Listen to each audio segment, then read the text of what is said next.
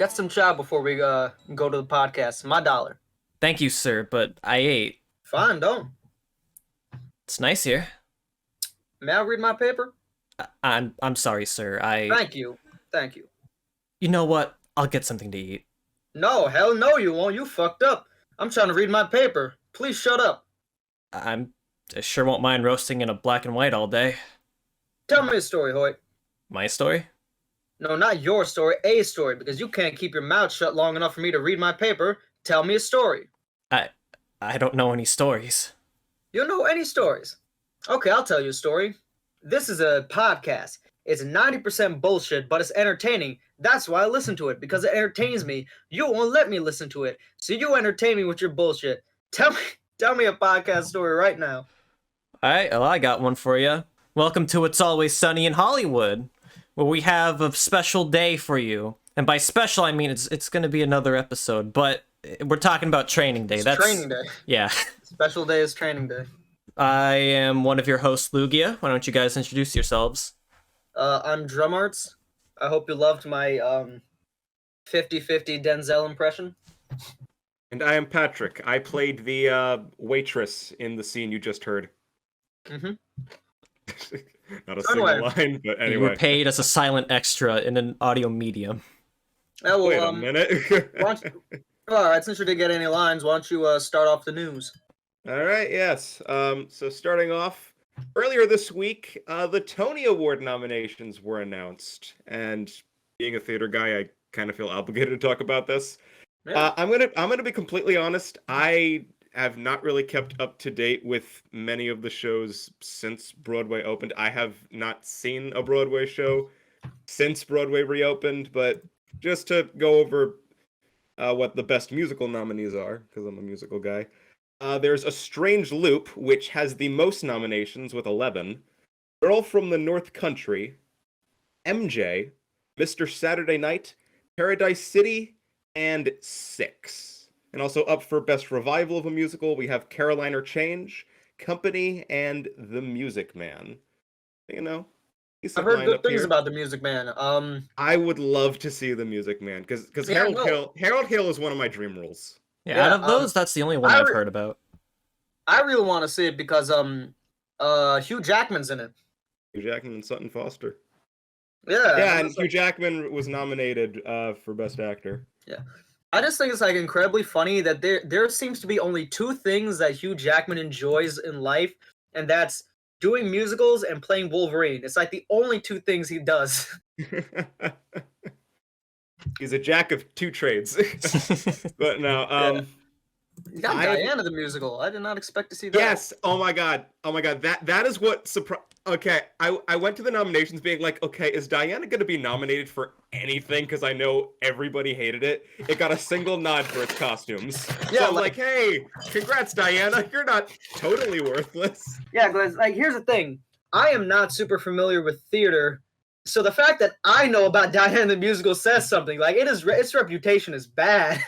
I know.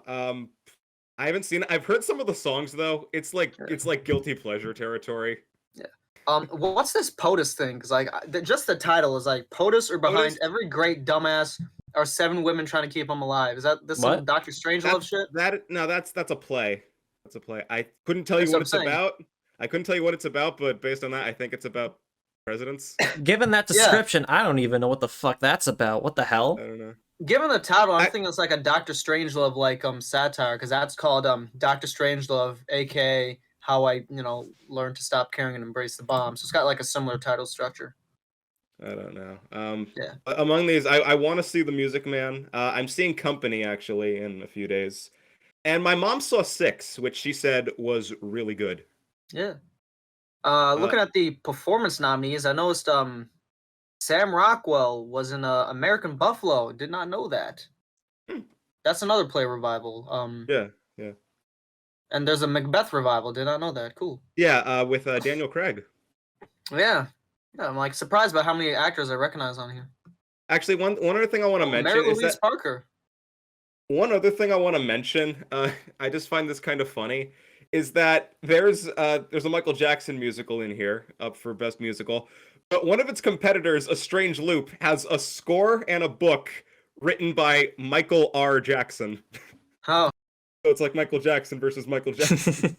yeah, a Strange Loop is also about that's about Usher, right? I don't know. I don't know anything about. Again, I don't really. Yeah. I'm not really familiar with a lot of these shows. Oh my God, it's Mike Wazowski. Billy Crystal. Yeah. Yes, for Mr. Saturday Night. But yeah, those are just the the musicals nominated for Best Musical and Best Revival. Everything I don't really have an opinion on much of this. I just felt like mentioning it. But Cool. best of luck to everybody. Yeah. Let's see. What do I have to? What's next in the news? Oh yes. So a horror movie trailer came out called They/Them, which I think is a very funny title for a slasher movie. About so the plot's like it's about queer kids in like a conversion camp. So like get it, they/them. It's a pronoun joke. Yeah. That's actually pretty funny. Yeah. I think it might be interesting. I don't know, like, but I'm a cheerleader mixed with Nightmare on Elm Street 3. That's like a great concept. Because Nightmare on Elm Street 3 is a bunch of kids are like in a rehab or like a psych ward, one of those like things. Yeah. And that's where it takes place. Them being in rehab is actually like I think part of the horror comes from like hallucinations and like withdrawal mixed with the Freddy Krueger shit. So, yeah. And a lot of people have also been making jokes about they/them in relation to Ezra Miller because he's apparently been going on a rampage assaulting random people in Hawaii. And Ezra Miller is non-binary, so he goes by they/them. So people are like, man, if you want to make a they/them horror movie, just release the footage of Ezra Miller getting arrested. Maybe. Yeah. Anyway, in lighter news. Yeah, yes, in lighter news. Yes, in lighter news, Jimbo, Hugh Neutron is being added to Nickelodeon All-Stars. So, They did it. He's finally in. Hell yeah. And not only that, but also Jenny from My Life as a Teenage Robot. Yeah, while Rocco. we're on the topic of trans representation, Jenny and Rocco. Because Rocco's Modern Life had a trans character, and Jenny is often viewed as a metaphorical trans character. That makes sense. I can see that. She changes her name to Jenny from X-Men, the whole dead name. Yeah, I know. That was such I love the body. Oh, it was one of my favorites. Like, unfortunately, I never saw it. I watched Danny Phantom and like Danny Phantom and Kim Possible were like more popular, but I think My Life as a Teenage Robot was better. So, especially the visuals. Luke, yeah, if memory serves, I remember when we first talked about Nickelodeon All-Star Brawl, you said if they added Hugh Neutron, you'd get it. Yes, and well, I gotta eat my words and swallow my pride, because now the fucking Mad Men did it. Well, actually, looking over the character roster, I find it interesting, he's the only character from Jimmy Neutron so far. Not even Jimmy's in it? No, I looked on the Wikipedia page, and it said only Hugh. I know Wikipedia's not really a viable source, but... Okay, so that means that 100% the creators are just listening to fans and be like, yeah, fuck it, why not? Should post. I mean, they listened. They know. Let me actually check out like a sound source to see if this is true. This is like when Sakurai finally put Sans in. Yeah, there is no Jimmy Neutron representation up until Hugh. You're going to the Shadow Realm, Jimbo. Yeah, I would expect it like Jimmy or Sheen to be in it, just because Sheen's a major side character and also had his own spinoff. So, yeah, I guess Hugh Neutron. Yeah, guys, I think if we meme hard enough, we can get Skeet added in too. Who's Skeet? He's the guy that ran the McSpanky's restaurant. People wrote this. Oh yeah, right. Oh jeez, sorry. It's been years since I've watched an episode. Big McThankies from McSpanky's. He became like a big meme because there's this gag in that episode where Jimmy's like, "Oh yes, you dropped those sodium chloride," and yes, like, yeah, you're such a nerd, Jimmy. Everyone just started bullying him and saying that Skeet was right all along. All right, but what about Bulby? Are we gonna get Bulby? I don't know. I feel like that might be asking for too much. Oh yeah, the slaps. They just instant 100% damage each time he slaps you. Yes. Just make him overpowered. Like that One Punch Man video game where Saitama's just like indestructible and kills everyone with one punch. And we need to get more characters from everybody's favorite Nickelodeon show, Breadwinners. Bedoos. Jesus Christ, I haven't heard. That's a name I haven't heard in years. Breadwinners is just Nickelodeon's very poor attempt at trying to make a regular show. From what I remember, kind of. I only watched a few episodes when it was on. So, as we all know, Norm Macdonald passed away last year, but it turned out he actually filmed a final stand-up special. So that's going to be releasing, I believe, somewhere near the end of the month. Norm Macdonald's final special, posthumous stand-up special is going to be released. I highly recommend it because I think Norm Macdonald is one of the funniest comedians ever. So, yeah, highly recommend it. I haven't seen it, but, I'm just assuming it's going to be good. Well, considering His talk show was funny. Considering it hasn't been released yet, I would assume you haven't seen it unless you got an insider pass to Netflix or something. Yeah. Anyway, last one. Final bit of news.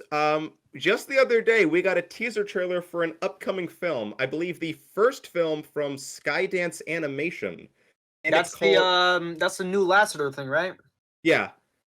And it's their film is called Luck, and it's about a facility that controls the forces of good luck and bad luck. And the world's most unlucky girl stumbles upon the facility, being the first human ever to enter this place. Okay, I'm gonna be 100% honest. Yeah. This 100% sounds like an idea Lasseter had while he was at Pixar. They just didn't get to produce. Yeah. That sounds like a Pixar idea. And even actually, I saw the teaser and this is some like Monsters Inc. some soul shit, Yeah. Like the cat first showed up. I'm like, oh, is that like the cat from Kiki's Delivery Service? I'm serious. It looks kind of like the cat from Kiki's Delivery Service. Huh. And also the human girl kind of looks like something out of like just a typical Disney movie. She has that Disney-like design.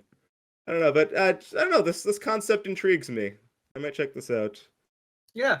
Anyway, Lugia, your turn to talk. All right. Movie. It's movie time. Indeed. Okay, so Training Day was released on October 5th, 2001 in the United States. It was a couple months earlier at a film festival that I don't really remember the name of, but it Probably 2001. 2001. That's the important year.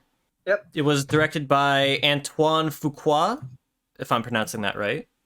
You are? And it was also written by David Ayer, who also wrote Suicide Squad. Not The Suicide Squad. Suicide Squad from 2016. Thank you for the clarification. Yeah, he also bad directed one. Suicide Squad. He's probably best known for this movie, though, and kickstarting the Fast and Furious franchise. Because he wrote the original Fast and Furious. The movie stars Ethan Hawke, Denzel Washington, Cliff Curtis, and even has a couple cameos from Snoop Dogg, Dr. Dre, and Terry Crews. You know, the Old Spice guy? Yeah, yeah, and also, other roles. Right, yeah. I feel like Terry Crews is best known for, like, his comedy stuff. I know him for his Old Spice ads. That's all I know him from. I know him from... Now back to me. Look at your man. Now back to me. That's not him. That's the other one. Oh, There's multiple Old Spice guys. Terry Crews is the dad from... Terry Crews is the dad from Everybody Hates Chris. And he also is in Brooklyn Nine-Nine. Have you ever seen the movie Idiocracy? No. No. Okay, he's the president of that movie. All right, those are the big roles. He's in White Chicks. Remember that comedy, White Chicks? I only know it through name. I know the plot. What White Chicks gotta be on the list because I've never seen the movie, but it's got such a reputation. I don't know if I have seen it or not. That's a movie I've thought about, but that's way down the line on my list. There's other things I want to talk about way more. That's next to Freddy Got Fingered on my list. Like I got some absolute dog shit on my thing. Oh, it's one of those movies. Okay. Oh boy. The thing is, people think it's unironically good. Like people think it's like an Ace Ventura type classic. Some people, but I just all the clips I see from him, I'm like, this cannot possibly be good. So like, I don't know. Who knows? It might be secretly brilliant. It's such a stupid premise, but I don't know. I can't judge it. So Who knows? One of these days we might give it an episode. Yeah, it might be good. There's this one Eddie Murphy sketch on SNL where he like painted himself white and went undercover, and that was generally one of the funniest sketches SNL ever made. So who knows? It could secretly be good. But you know, that's for another time. That's for another time. Yeah. We'll put a pin in this That's conversation. later down the road. Mhm. Yeah. Way Cliff Curtis, later. Yeah, Cliff Curtis is he's in a lot of movies, but the one movie that I know you've kind of seen him in is he played Fire Lord Ozai in the Last Airbender movie. Honestly, The Last Airbender is such a blur to me, I don't even remember what happens. I saw it when it first came out over 10 years ago. I have not watched Yeah. it since, and I remember like nothing about it. Don't worry, he's in a lot of good movies too. He's in Sunshine, the Piano, The Fountains, Bringing Out the Dead. That's a Scorsese movie. The Insider. So he's in a lot of good movies. It's just I feel like you would know him from Last Airbender because I'm assuming that's the movie you guys have seen that you guys. Yeah, have seen that. seen I don't it, yes. recall him, but we did see it, yes. Seen it, Yeah. yes. Remembered it, no. Although I did Yeah. also see Sunshine, but I Oh. don't remember what role he played. Yeah. Oh, apparently he has a starring role in Avatar 2: The Way of the Water. Yes, from one Avatar movie to another Avatar movie. Yes, he plays Tonowari. Interesting. Is that a new character or? I have no idea. No, Nor yeah, do he's a new character. He wasn't. Okay, all right. Because I don't remember anybody's names from Avatar other than Jake Sully. Yeah. Well, I know the Zoe Saldana's. Her name is like Natiri, right? Dude, I just said I don't remember anybody's name except Jake Sully. Okay. I'm actually looking forward to Avatar 2. You see the trailer for that? I've not. I've seen screenshots though. Okay, the trailer looks pretty good. Anyway, is that it for the background? Or you wanna... No, we got a lot more. All right. We just went over some of the cast. So this movie had a $45 million budget and made about $104.9 million. So I'd say it was pretty successful. Yeah. This was back in like the days where a movie star is enough to make a movie successful, and this is one of Denzel's best performances ever. Spoiler alert. Yeah, we'll get there. Back in the day when you didn't have to rely on franchise and brand recognition to sell a movie. No, seriously, Vanilla Sky came out like the same year. That is like a weird, surreal, like art house film with like a bizarre plot. But Tom Cruise was such a big star. They made $100 million domestic. Anyway, Lugia, carry on, please. So initially, our main characters, Jake Hoyt and Alonzo Harris, wouldn't be played by Denzel Washington and Ethan Hawke. They would actually be played by Matt Damon as Jake and Samuel Jackson as Alonzo. But when I could see that.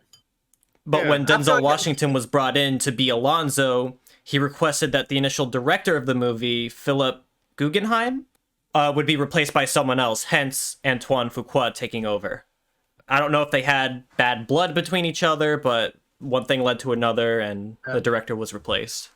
Yeah, well, Denzel clearly got along with Antoine because he starred in many of Antoine's other movies. Antoine Fuqua also directed the Equalizer movies, which Denzel's the main character of. The Equalizer is basically like Nobody, but with Denzel instead of Bob Odenkirk.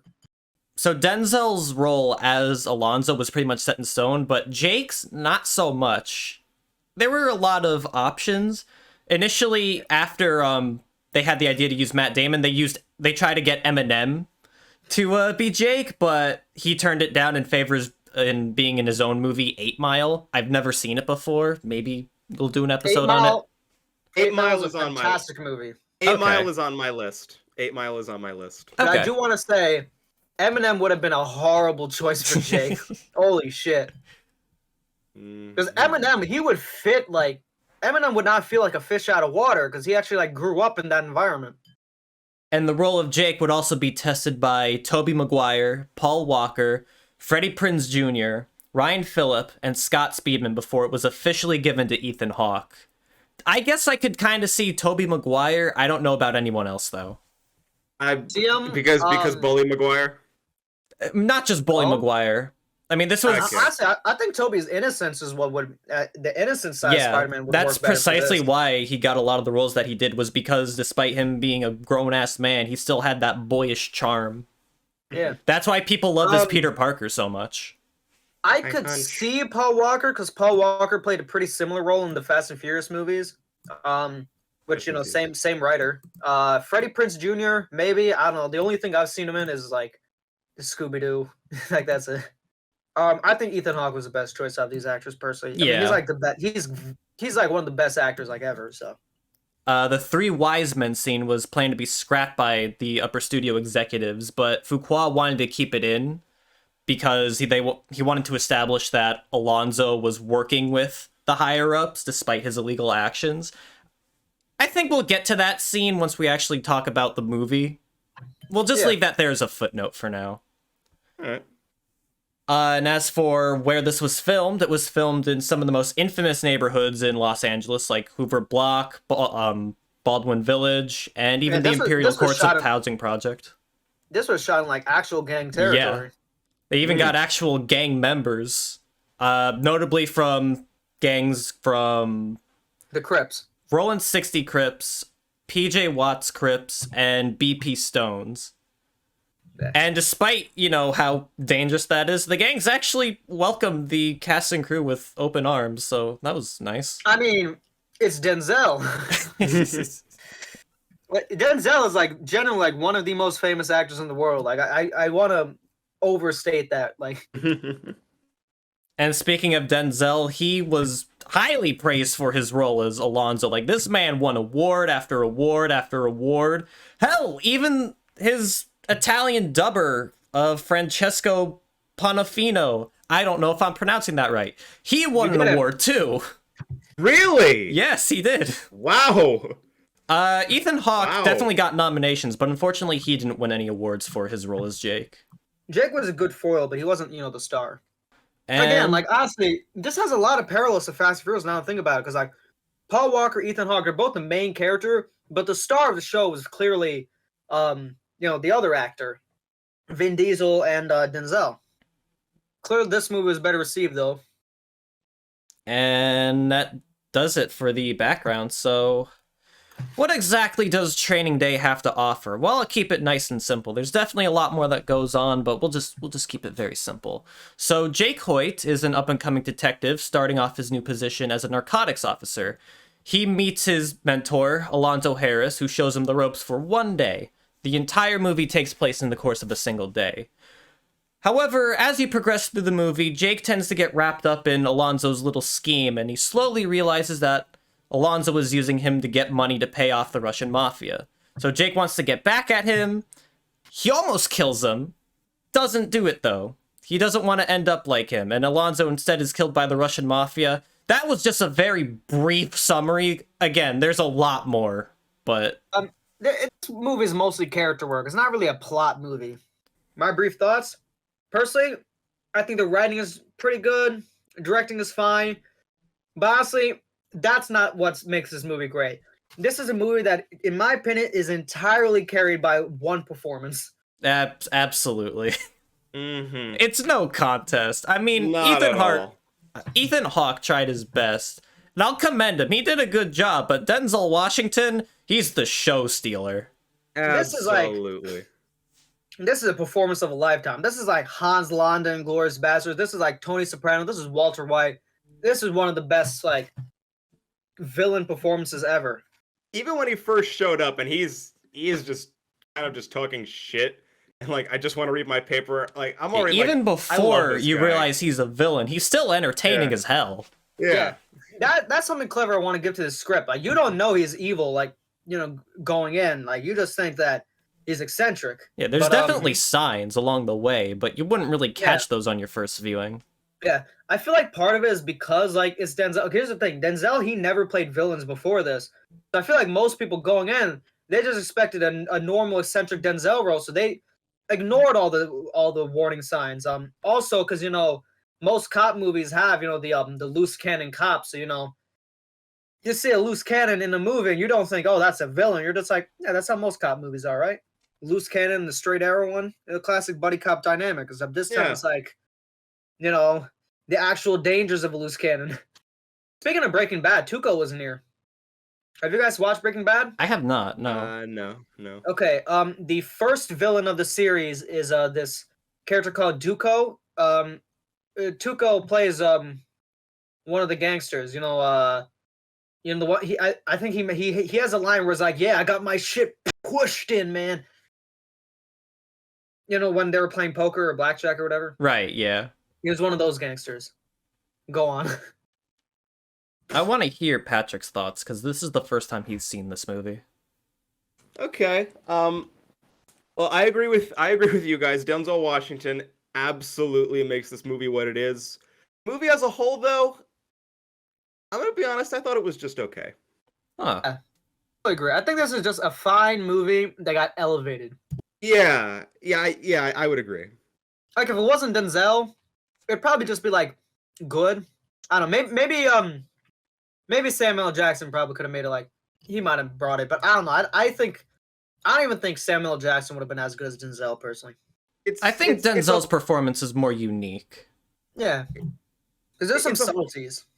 It's a fine movie with a really strong high point with Denzel's performance. That's the best way to put it. What would you say the low points are? I'm gonna be honest. I felt like the middle kind of dragged. What part of the middle, though? I feel, I don't know. I felt like I like the beginning of the movie. I like the end of the movie. I felt like the middle. I thought when they raided that lady's house, I was like, whatever. Yeah. Like I thought the stuff with like his corrupt gang where he had to shoot the gang member, shot the dude with the shotgun. I thought that scene was great. Yeah. But the scene where like she was just robbing that lady, I was like, whatever. That part kind of was unnecessary. Yeah.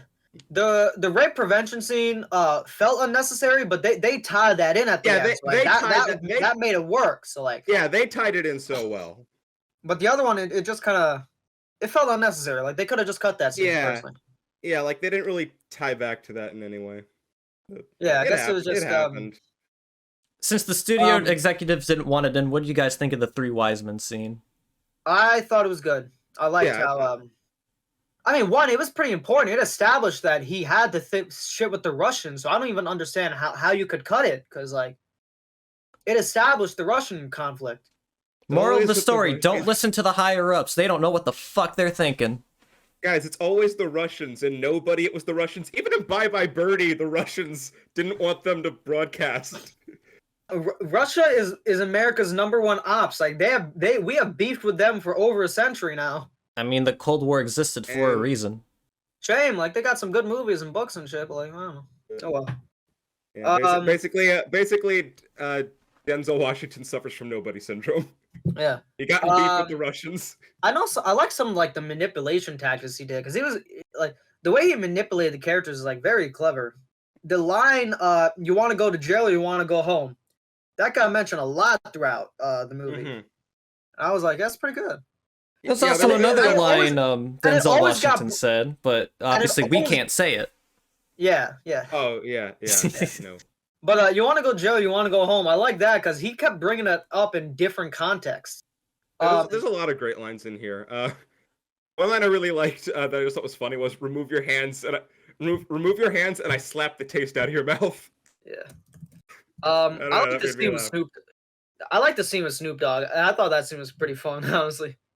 Yeah, like I was not expecting Snoop Dogg. I was also not expecting Snoop Dogg to play a character in a wheelchair. Yeah. I'm like, oh, double. It was really funny. By the way, I don't know if you guys caught this, but at one point later in the movie, he mentioned that he's the guy. Denzel mentioned that he's the guy that put him in the wheelchair. Yeah, I caught that. No, because I didn't catch that the first time I saw the movie. I feel for some reason I completely missed that line. I don't know why. I was like, oh shit. I don't know, maybe because I watched it with subtitles on, so I was able to read it while I heard it.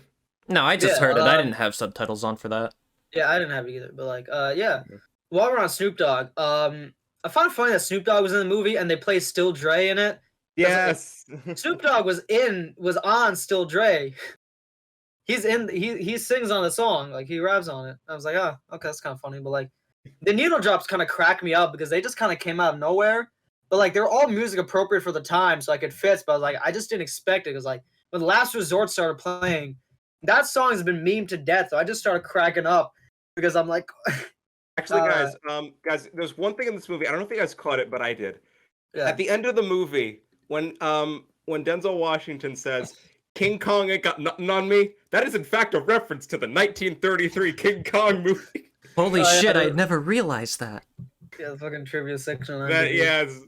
no, Yeah. that was one of the reviews on Letterboxd. That was literally all it was. Yeah. This movie felt very episodic. I felt like this was like a TV show. Like I was watching like a. Actually, speaking of TV show, this was supposed to get a TV show, but it got I canceled. mean, it didn't get canceled. It ran for one season, but Wait, Bill it did? Paxton. It did, yeah. It got canceled because the lead actor Bill Paxton died. Oh. Yeah, and Bill Paxton's a great actor. He's a legend. You know, he's you all know him from like Aliens and like he was in a lot of James Cameron movies. And Sam Raimi's A Simple Plan. He's a legend. Bill Paxton's like one of those. You know him. You definitely know him. You've seen him and shit. But like, I probably have. I believe it. I believe it. This I mean, movie he was was also in- supposed to get a prequel too, explaining Alonzo's origins, which I think is in development. it's still in development. Yeah, Yes, Training Day, the prequel, Preparation Day. yeah.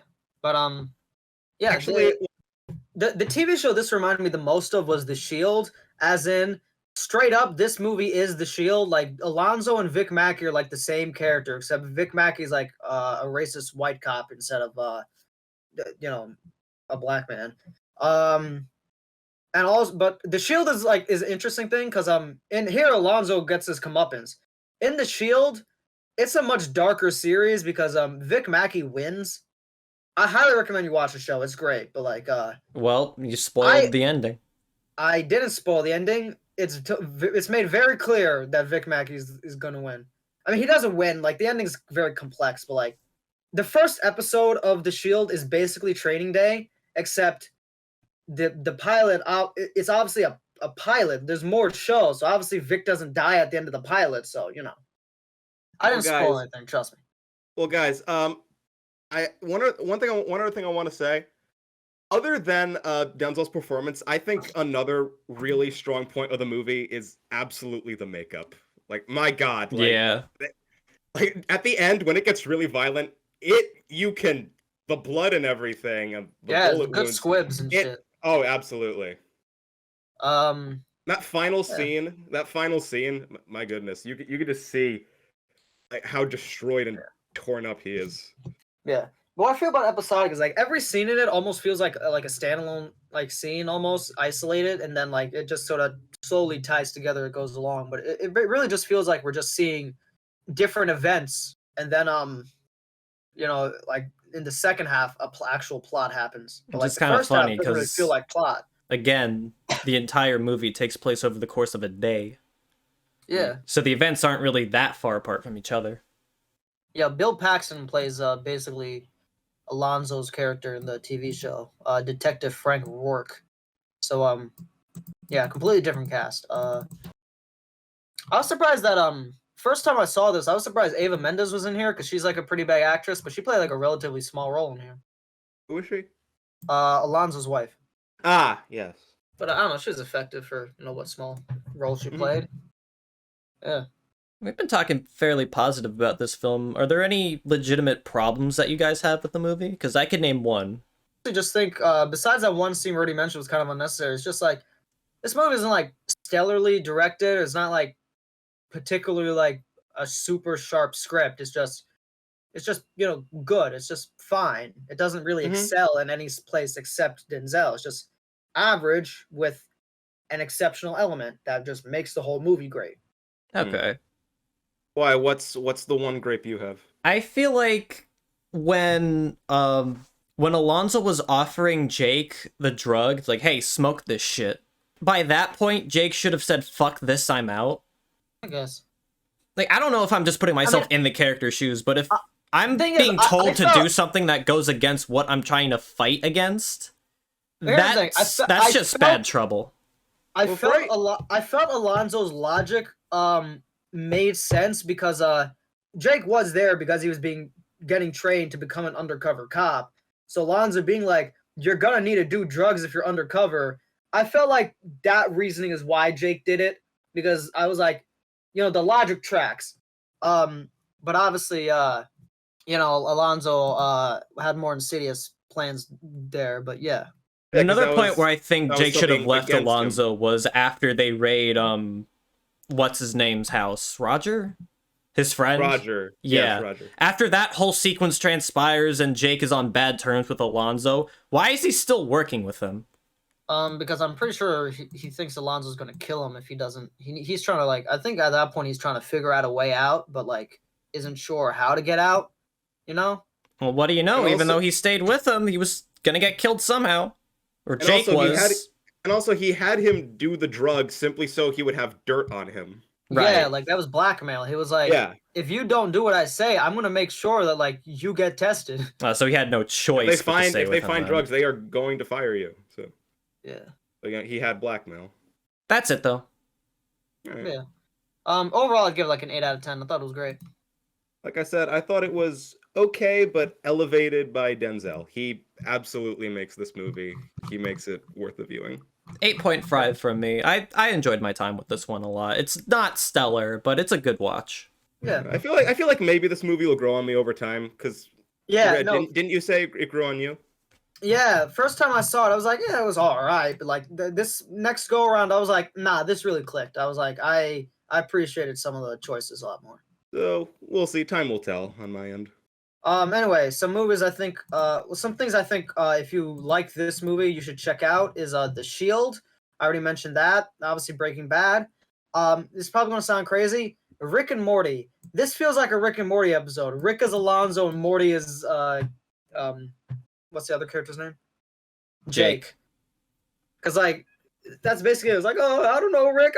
It's like, oh, Morty, you gotta smoke this PCP, Morty. Oh, Morty, you got to do it. Smoke it, Morty. Also Yeah, kind of it's reminds good for me you. of it also reminds me of Collateral. The movies it reminds me of is Collateral and The Fast and the Furious, the original The Fast and the Furious. Do not watch none of the sequels, only the first one. Also Point Break, since I put Fast and Furious because they're kind of the same movie. So yeah, Point Break. But yeah, guess it's your guys' recommendations. My turn. Your turn, yeah. Yes. Here's my turn. All right, so I thought about it, and I've come to a choice. All right, so my selection, like Training Day, this is a movie that takes place over the course of a single day. But this is a much more lighthearted movie than Training Day. And this is also going to knock out a director we have yet to talk about. That, and I kind of feel obligated to talk about this one at some point since this is one of my dad's personal favorites. Next week, we're going to be talking about Richard Linklater's Dazed and Confused. Interesting. I thought Funny you were 'cause, gonna say Groundhog's Day. No, it's just because it's interesting because Ethan Hawke is a Richard Linklater regular. So we're going from an Ethan Hawke movie to Ethan Hawke's best friend's movie. There's connections. No, I feel obligated because Dazed and Confused is a movie about summer, and we're starting summer. Yeah, no, And this also- Confused is interesting because it's I'm a Also- big fan of Linklater, but this is his most famous movie, and I haven't seen it. So, Oh yeah, but no. Also, another reason I chose this is because I think the movie is set on May 20th or something, and that day's coming up. So I'm like, all right, the stars just align perfectly. Talk about this. That is currently 6 days away. Something like that. I don't remember I don't remember exactly the day. I know it's sometime mid-May though. Oh, by the way, one thing. So I was just looking up some things about Training Day. It turns out that this was actually Eva Mendes' breakout role. This is what got her famous, basically. I found that interesting because this is, I guess, the first major Hollywood movie she was in, and then after this, she got hired for Too Fast, Too Furious, which David Ayer wrote the first Fast and Furious movie, so it's all connected. Actually, Lugia, it's funny you thought I was leaning towards Groundhog Day because Groundhog Day has been on my list for so long. Yeah. But Yeah, I'm Truman Show's waiting- been on my list for so long. But I'm waiting until the right moment to talk about it. You're probably gonna Before have to you wait say- a while for that one. I don't know, I might do it on He's got- Groundhog Day. I might do it before. You'll see. You'll see. All right. I will get to it though, because I have something interesting I want to say about that movie. But that is later. In the meantime, Dazed and Confused, man. Okay. What a day! What a motherfucking day!